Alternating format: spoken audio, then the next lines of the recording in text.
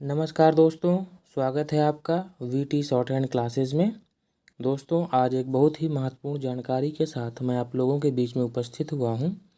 दोस्तों, यह जानकारी एम्स CRE स्टेनोग्राफर, PA और प्राइवेट सेक्रेटरी के स्किल टेस्ट एग्जामिनेशन से संबंधित है।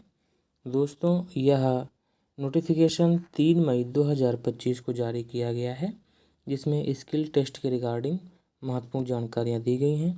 तो दोस्तों, जुड़े रहिए आप मेरे साथ, अंत तक इस वीडियो को देखिएगा ताकि सभी महत्वपूर्ण जानकारियों से आप अवगत हो पाएँ और एग्ज़ाम के दौरान कोई समस्या आपको नहीं आए। आइए स्टार्ट करते हैं। तो दोस्तों, सबसे पहले जब आप वहाँ पर जाएंगे तो आपका फिजिकल वेरिफिकेशन वहाँ पर सबसे पहले होगा और उसके बाद आप बायोमेट्रिक मिलान भी होगा और उसके बाद आपको आपकी सीट अलॉट कर दी जाएगी और आपको जा कर के अपनी सीट पर बैठ जाना है। और एग्ज़ाम के दौरान टाइपिंग, डिक्टेशन या फिर नोटिंग, ड्राफ्टिंग किसी भी समय अगर कोई समस्या आपको आती है तो आपको शोर नहीं मचाना है। सिंपली आपको अपना हैंड रेज कर देना है और उसके बाद इन्विजिलेटर आपके पास आएंगे और आपकी समस्या का समाधान करेंगे। दूसरा दोस्तों ये है कि सभी पोस्ट के लिए अलग अलग क्वालिफ़िकेशंस रखी गई हैं डिक्टेशन स्पीड की। तो जिसने जिस पोस्ट के लिए अप्लाई किया होगा उसको उसी स्पीड में डिक्टेशन दी जाएगी और उनको ट्रांसक्राइब करना होगा। और सबसे महत्वपूर्ण बात यह है कि वहाँ पर रिकॉर्डेड ऑडियो प्ले की जाएगी, यानी लाइव डिक्टेशन वहाँ पर नहीं दी जाएगी। तो after 2 trial passage of 1 minute each, यानी कि आपको वहाँ 2 ट्रायल पैसेज दिए जाएंगे और दोनों 1-1 मिनट के होंगे। The actual passage will be played, यानी ट्रायल पैसेज के बाद एक्चुअल पैसेज बोला जाएगा। As soon as it is over, जैसे ही समाप्त होगी। The candidate shall read their shorthand notes silently for 10 minutes, यानी कि डिक्टेशन के बाद आपको पढ़ने के लिए 10 मिनट का समय वहाँ पर दिया जाएगा। शोर नहीं मचाना है, मन ही मन में पढ़ लेना है। The time for commencement of the transcription will be announced by the invigilator या venue supervisor as soon as the reading time is over. तो जैसे ही 10 मिनट कंप्लीट हो जाएंगे तो वहाँ पर जो इन्विजिलेटर रहेंगे वो अनाउंस करेंगे कि अब आपका पढ़ने का समय समाप्त होता है और उसके बाद आपको अपना ट्रांसक्राइब करना शुरू कर देना है। Based on language choice chosen through online link given in email ID, candidates will be able to give their either in Hindi और इंग्लिश, यानी कि आपने जो भी ऑनलाइन चूज कर लिया होगा हिंदी या इंग्लिश, उसी में आपको ट्रांसक्राइब करना होगा। Change of language preference will not be entertained, यानी कि उसमें कोई बदलाव फिर संभव नहीं होगा। Candidate should enter their particulars roll number, यानी वहाँ पर सब बताया जाएगा कि कहाँ पर रोल नंबर लिखना है, कहाँ पे क्या करना है और उसके बाद कंफर्म कर देना है। ये सारी जानकारी वहाँ पर इन्विजिलेटर के द्वारा आपको दी जाएगी। Candidates will be provided a blank page on computer, यानी कि आपको वहाँ कंप्यूटर में एक ब्लैंक पेज दिखाई देगा जहाँ पर आपको ट्रांसक्राइब करना होगा, जो कि एम्बेडेड रहेगा हिंदी और इंग्लिश से, यानी जो भी आपने मीडियम चुना होगा उसमें आपको टाइप कर देना है। और टाइपिंग के लिए लिखा है कि transcription typing are advise to choose Mangal font, जिसमें इंस्क्रिप्ट और रेमिंगटन CBI और रेमिंगटन गेल, ये आपको कीबोर्ड के लेआउट वहाँ पर मिलेंगे। लेकिन जो VH कैंडिडेट्स हैं उनके लिए क्या है कि अगर उनके पास ब्रेले टाइपराइटर है तो उनको एक अलग रूम दिया जाएगा या अलग सीट कहीं पास में दी जाएगी, जिससे बाकी लोग डिस्टर्ब ना हो, वहाँ पर वो अपना यूज कर पाएंगे।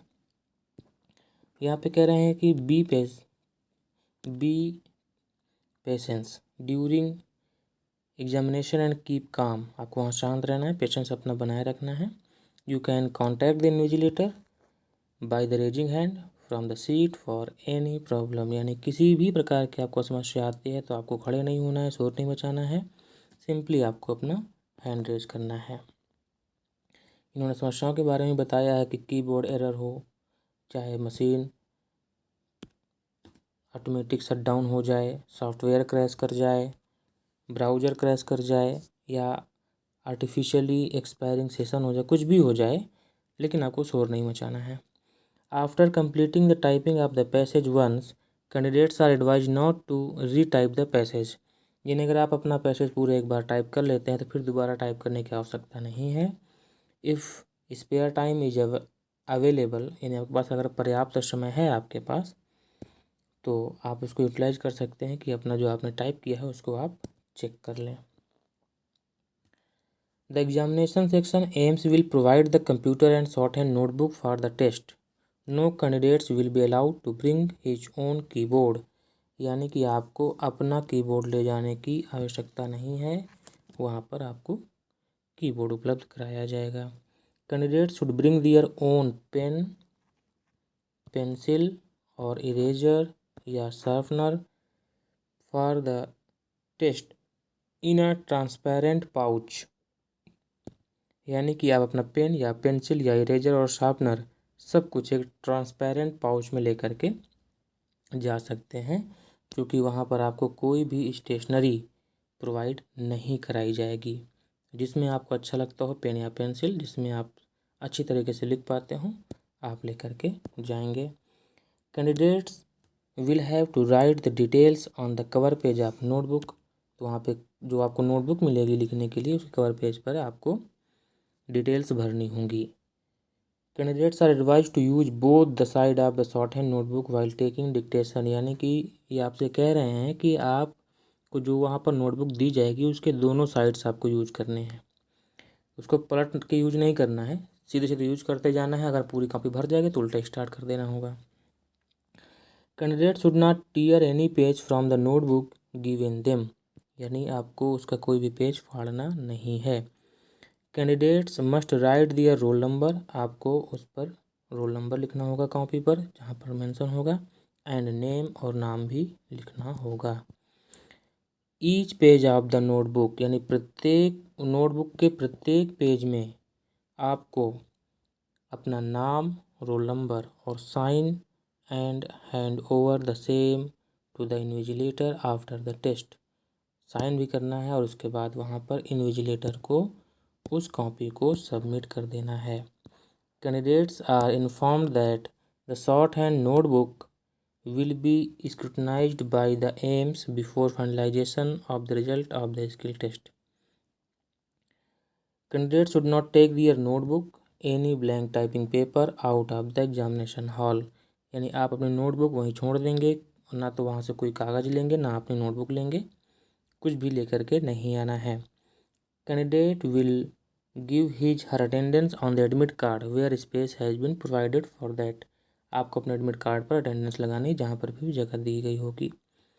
On completion of the test they shall remain seated at their seat. Test complete होने के बाद आपको अपनी सीट पर बैठे रहना है। Wait until their scripts and attendance. अपने अटेंडेंस तक आपको बैठे रहना है। Admit card are allocate collected and accounted for. वहाँ पर एडमिट कार्ड वो लोग कलेक्ट करेंगे और उनको काउंट करेंगे। Candidate shall not be permitted to leave the examination hall until the expiry of the test. Test की समाप्ति तक आपको एग्जामिनेशन हॉल छोड़ने की अनुमति नहीं होगी। They must not type, write और erase after the expiry of the allotted time. यानी कि 1 घंटा जो आपको ट्रांसक्राइब करने के लिए दिया जाएगा, उसके बाद फिर आप कुछ नहीं कर पाएंगे। This test is only qualifying in nature. यानी ये केवल क्वालिफाइंग इन नेचर एग्ज़ाम है, यानी इसमें मार्क्स नहीं मिलेंगे।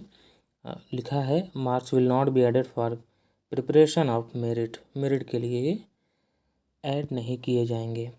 Silence and polite behaviour must be observe with the officer staff deputed in the examination hall. Candidates are not allowed to discuss among themselves. आपस में वहाँ पर आप लोगों को बातें भी नहीं करनी है। तो दोस्तों, ये रही महत्वपूर्ण जानकारी जो कि आपके स्किल टेस्ट से रिलेटेड थी। आपको बहुत बहुत शुभकामनाएं एग्ज़ाम के लिए। अच्छे से तैयारी कीजिए। और एक जानकारी और देना चाहूँगा आप लोगों को कि मैंने Hindi dictation practice batch start किया है, जिसकी फ़ीस मात्र मैंने 399 रुपये रखी है।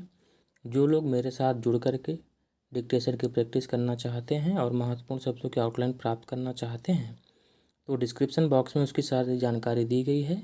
मोबाइल नंबर भी दिया गया है, जिसमें आप व्हाट्सएप चैट के माध्यम से या डायरेक्ट कॉल करके जानकारी प्राप्त कर सकते हैं। धन्यवाद।